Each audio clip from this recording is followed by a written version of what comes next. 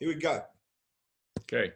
Hi, everyone. It's Plastic EP here from Melbourne, Australia. Gives me a great pleasure to have Paul Saltzman on. The gentleman that was there at 23 years old in Rishikesh, India, and he took photos of the Beatles. Unbelievable story. You got to tell me, Paul. Plus, you got a very big film coming out. Good morning or good evening where you are. Evening. If you'd like to tell me all about the fantastic adventure you had at 23 years old and how many photos you actually took of the Beatles while you were there in Rishikesh in 1968. Sure. Well, the short version is that I woke up one morning in Montreal. I was working at the National Film Board of Canada, and I had a shocking thought. I was 23. I thought I was successful. I'd already been a civil rights worker. I had my own television show. I was working on films. And I woke up and I had the shocking thought there were parts of myself I didn't like, and that was a shock.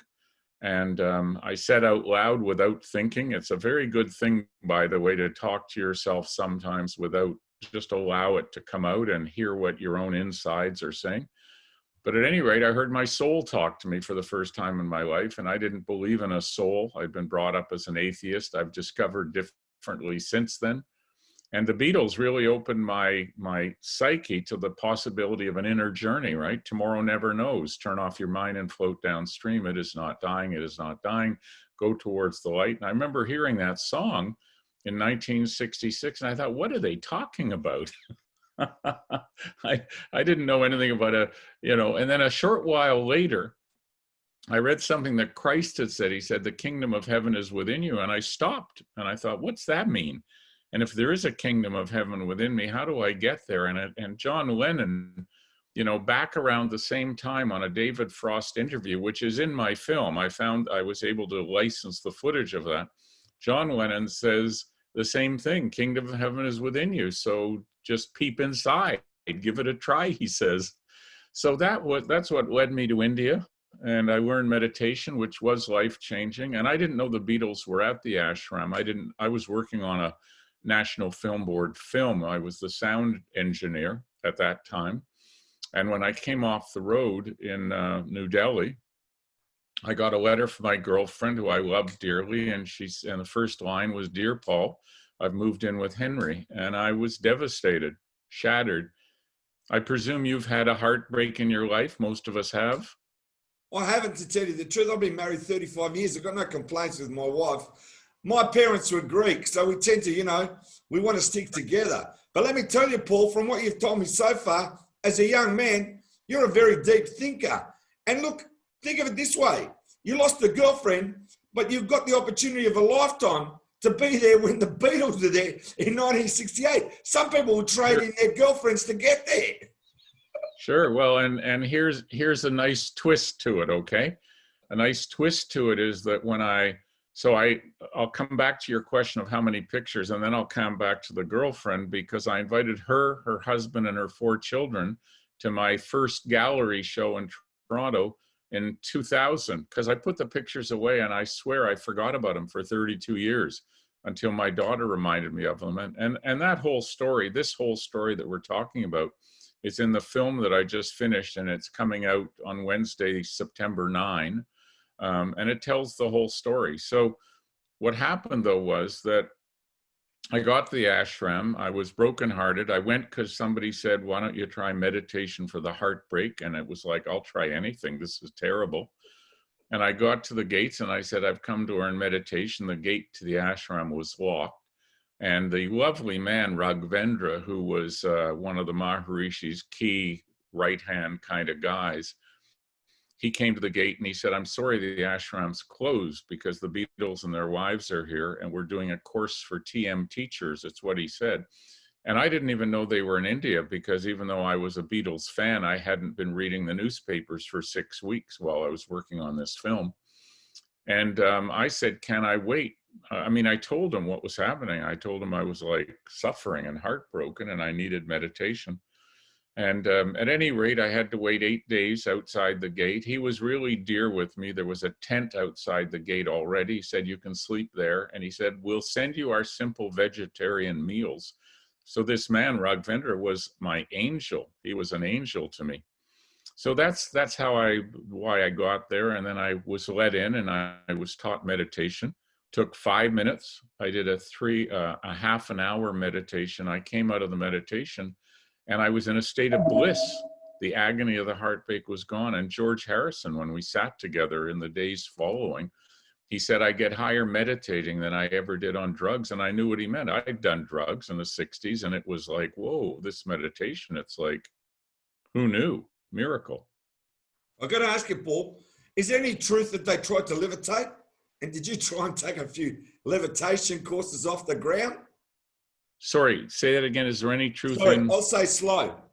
The rumor is that they had courses so you could levitate off the ground. Was that true or not? I have no idea. No idea. Not something I experienced or even heard of. Okay. I thought I'd mention it anyway because I believed that they also tried to levitate off the ground. Huh. Okay. Food for You know thought. what? Yeah. As I said, hanging out with Paul and John and not being in their way sort of and just snapping beautiful photos of them so relaxed. It's like, it's so imaginary. To me, it's like something out of like Yellow Submarine, you know, some of these surreal scenes. Was it like that? Well, it was very peaceful and calm, right? The ashram was closed. By the way, the world's press arrived. When I was waiting outside the gate for 8 days to get in, it was like 20, 30 press people from all over the world arrived every single day, you know, Japanese, German, American, Canadian. The Beatles were the most foremost famous people on the planet, probably. And so what are they doing in this ashram? What are they doing in India? It was all very strange. You know, in 68, things like meditation, yoga, the word mindfulness wasn't even in the language, really. You know, where I lived in Canada, and I think it's true in the States, maybe it was true where you are in Australia, yoga and meditation in 68 was kind of a fringe thing. People didn't really talk about it much. It wasn't very prevalent. Now, of course, and I think the Beatles' time at the ashram truly was a shift in 20th century consciousness. And I say that in the film, I think it truly was. And also, let me say, isn't it great that you had people like Mike Love from the Beach Boys, that you had like Donovan there, like you had a whole parade of big international music people, and that photo that you took of them with the guru, and they're all got the yellow flowers around them. I mean, that's a timeless photo. That is like one of the greatest Beatle photos ever taken. Would you agree with that? Well, apparently it's sort of iconic. You know, since I took it, I don't really think of it in the historical terms. To me, it was all just part of being there. But yeah, I've been told it's one of the most iconic. Somebody said, an expert said it's one of the most iconic pictures in rock and roll. Okay, well, that's nice. You know, for me, it was a snap. I don't even know the guy. And by the way, you asked about how many pictures. The thing was that literally within 30 seconds of meeting them, the Beatles went away. It was like, well, it's John and Paul and George, Ringo. I mean, they're as crazy as it sounds. They just became four people. And it was so, I had lots of film. I was I was a kid with a backpack going around the world and a camera. And I took 54 pictures with anyone famous in them. I could have taken 554. I had enough film. I didn't think about it.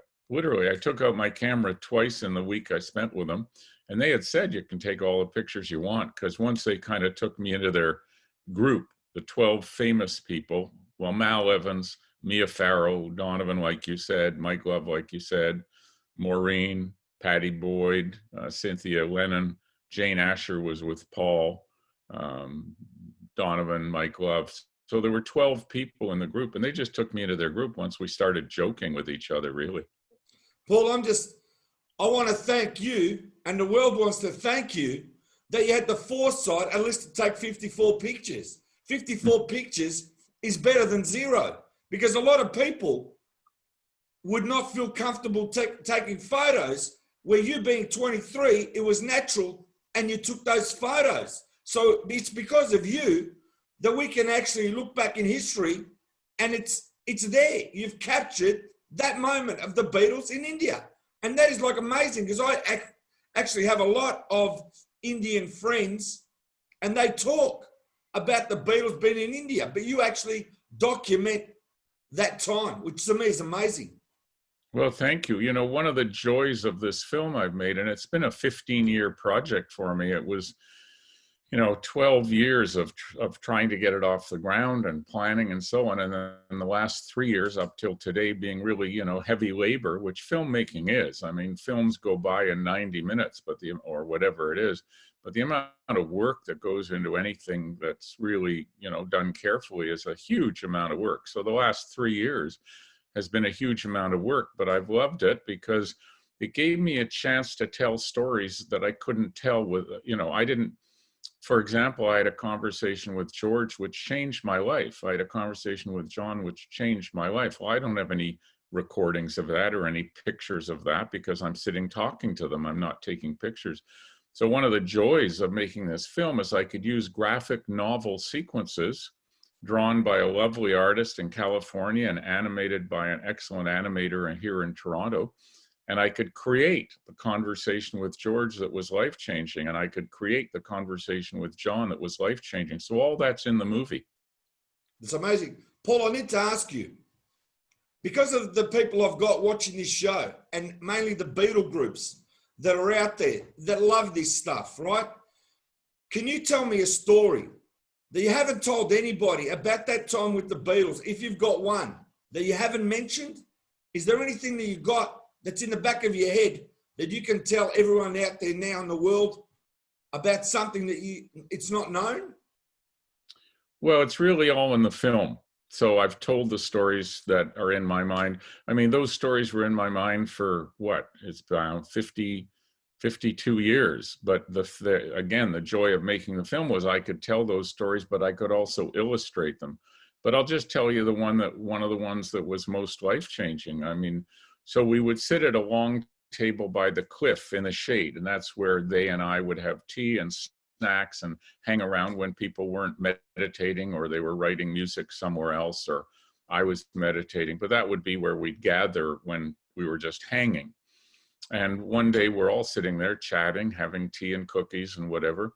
And everyone got up to leave for whatever reason. And George and I were sitting there. I hadn't, I was still drinking a chai and he was doing the same. And nobody ever talked shop sitting around the table. The talk was about meditation and the food and the clothes that the tailor was making for all the different people, the colorful clothes you see in the picture that you talked about. All those colorful clothes were made by a tailor outside the gate who was using a second tent beside the one I was in. And everyone got up to leave. And again, no one talked shop, Jane and Paul were talking about they wanted to go see the Taj Mahal, and that's why they left early, apparently, all that stuff. And so at any rate, George and I are sitting there, and I thought, well, I want to ask him this. And I said, I love the way you brought the sitar into Norwegian wood and into Beatles music. And he just lit up. He just lit up, and he spent the next 10 minutes just telling me how he first saw the sitar on the set of Help, how he picked it up and started plunking it, how he then heard a Ravi Shankar record, how he then met Ravi Shankar and asked him to teach him, and he became Ravi Shankar's student. And he's just going into all of this with, his love of the sitar. And then he said, I was just going to go practice. Do you want to come? And I said, great. I didn't even think of getting my camera, which is why it's so nice that I could do it in graphic novel for the film. I could tell this story and show it, even though I didn't think of getting my camera. So we went to his small meditation room. Maybe it was 10 feet by 6 feet. It was small. We're both sitting cross-legged on the floor. We're both wearing white Indian clothes that are the most comfortable clothes. And he picks up the sitar and he starts playing it. And honest to God, I don't know whether he played for 10 minutes or 40 minutes, like I say in the film. I just closed my eyes and I just drifted on the sitar music. Sitar music, I don't like sitar music that's frenetic, but I love sitar music that is not frenetic. And I don't know how long he played for, but when he finished, I could just hear the sound dying out and there was no other note coming. And I slowly opened my eyes and I was stoned from the music. I was in a state of bliss, like after that first meditation, and I could actually see the energy in the room. It was really, really quite phenomenal. And then we had this conversation, which was life changing. And the only two things I remember, like I didn't go out and write it down. It was just like me and you talking.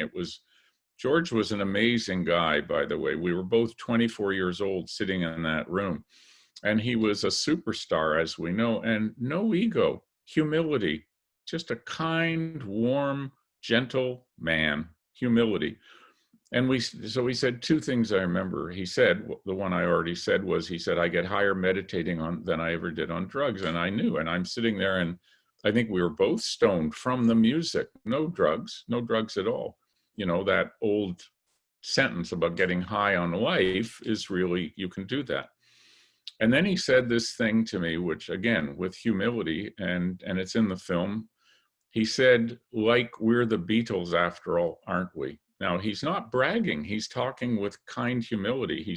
We're just chatting. Like, we're the Beatles after all, aren't we? We have all the money you could ever dream of. We have all the fame you could ever wish for. But it isn't love. It isn't health. It isn't peace inside, is it? And that changed my life right there. I never forgot that. I've lived my life. I've made money. I've made films. I've got a little bit of fame in the sense of my work and my films and but my feet have never left the ground because of what George Harrison said to me. I'm so amazed that you can remember everything and recall. So it's really good now that you've made the film, because in years to come and generations to come, they'll be watching your memories on the film. Cool. Now, cool. Can I ask you, just with the other people that were there, the other musicians and the wives of the Beatles as well, and Ringo, is there any other interaction you had that you fondly remember from any of these people? Something? Oh, sure. I mean, first of all, with Mia Farrow, we had almost connected in Delhi, and so I had very nice chats with Mia. Cynthia Lennon was just such a warm and lovely person, and she and Jane Asher, so bright. And Jenny Boyd, who I met there too, Patty's sister, was a very dear person. And one of the things that was a joy in the film was that I interviewed her at the Beatles Story in Liverpool, and I interviewed her about the time in Rishikesh, and she was wonderful. In fact, so the premiere of the film, I'm saying this because I want to tell you some more about Jenny.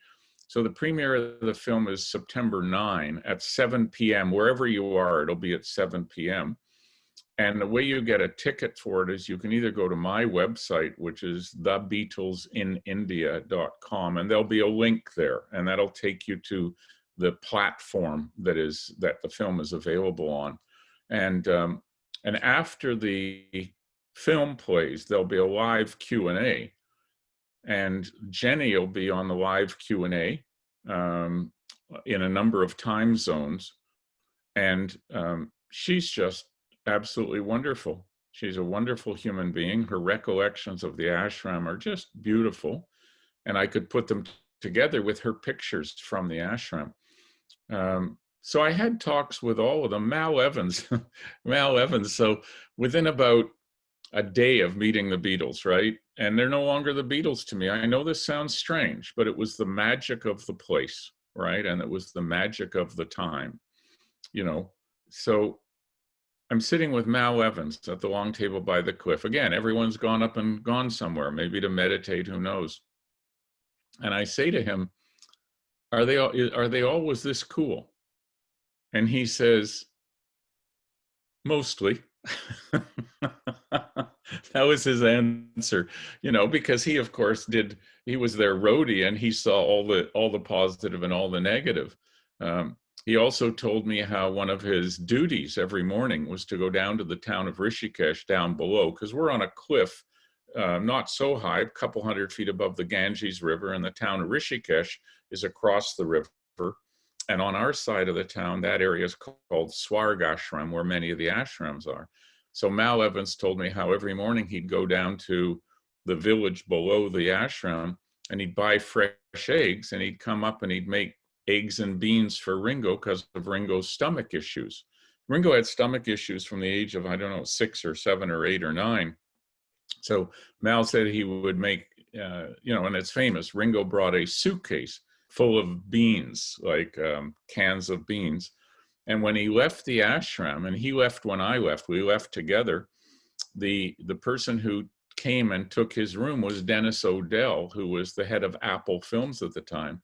And Dennis told me that Ringo said to Dennis as he was leaving, look behind the door, there's a suitcase half full of beans, you can have them. That's a bean story. I mean, now it's just like you've taken me back to 68 and I've only read about it and seen your photos. So all the time I've been growing up, even at school and high school, it's your photos that take me to India because it's the images. So you can see how timeless it is that you've recorded that part of the Beatles meditating and being there in India and of the significant importance. Like now, I understand that when you were there, that was them. No facade, no ego, no nothing, just them as normal human beings. Yep. Yep. And the thing was, and it's not about expectations.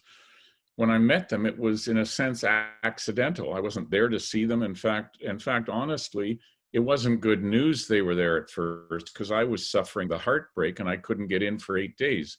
Within a half an hour of starting to meditate, like I said, the agony was gone. It was like a miracle. So, the fact is that once in the ashram, it was protected. The world's press came, they couldn't get in. The Maharishi came out every afternoon and gave a little press conference so the people who had come could get their sound bite or their video footage or whatever. Photographers, reporters, they couldn't get in the ashram. And so the ashram was quiet, idyllic. People were meditating, eating vegetarian food. It was an incredible, calm, healthy environment. And so they themselves, and along with everybody, but they themselves, like there was no ego. There was no ego. There was no, I'm in a hurry, I can't talk to you. Everyone was chill. Everyone was doing their own growing, really, their own inner growth, what they wrote about in Within You, Without You. Well, Paul, all I can tell you is everybody's looking forward to the film and not too many days to go. But what I need to ask you before we say goodbye is I need to know about your fantastic books and where they can buy your books. Oh, well, thank you very, very much. So my website, everything is there, thebeatlesinIndia.com. You can get my books. By the way, I have a hobby. My hobby is I lead small tour groups to India every few years because I share my joy of India. So you can find out about that on my website too. Have you been to India? I haven't actually, but I'm lucky I've been to Greece 4 times. I've been Good. to America 4 times, and I'm lucky I live in Australia, but we can't go anywhere, as you said, but you never know. India might be on the bucket list. Okay, well, the next trip I'm going to lead to India, you come along, it's going to be 2022. It's going to be 2 years from now because we don't know that we'll even be able to travel in a year, right? Paul, all I know is if I don't make it, I'll send you a postcard from Greece, but okay, don't worry. But also you may come to Australia because I'm sure the film is going to do so well that you'll be coming to Australia. And if you do come to Melbourne, I'm sure we'll hook up. But as I said, with your book, the one that you wrote back in 2000, The Beatles and Ricky Cash, and also in 2006, you did the book, the books that were The Beatles in India. I mean, right. Is there any other books that they need to look at on the Beatles? Oh gosh, there's so many. So I think when I do that, I just go to whatever and Google, and there's so many books. There's none. I think Jenny Boyd's book that just came out a few months ago is sort of autobiographical, and she writes about the time in India, and she writes beautifully, and she writes with depth and kindness. So Jenny Boyd's book is one that I would recommend. The one that just came out, I'm forgetting the title right now, but it just came out in April, I think. Yeah, I know the book. All I want to say is, Paul, all the best. You don't need any luck with the movie. I know it's going to be timeless for future generations to see. So from Plastic EP and Paul Saltzman, I'd like to thank you all and make sure you're watching that movie and make sure you get Paul's books because, well, as far as I can say, not only are they from India, they're from out of the world. These are great books. Thanks Thank again, you so Paul. much. Thank you.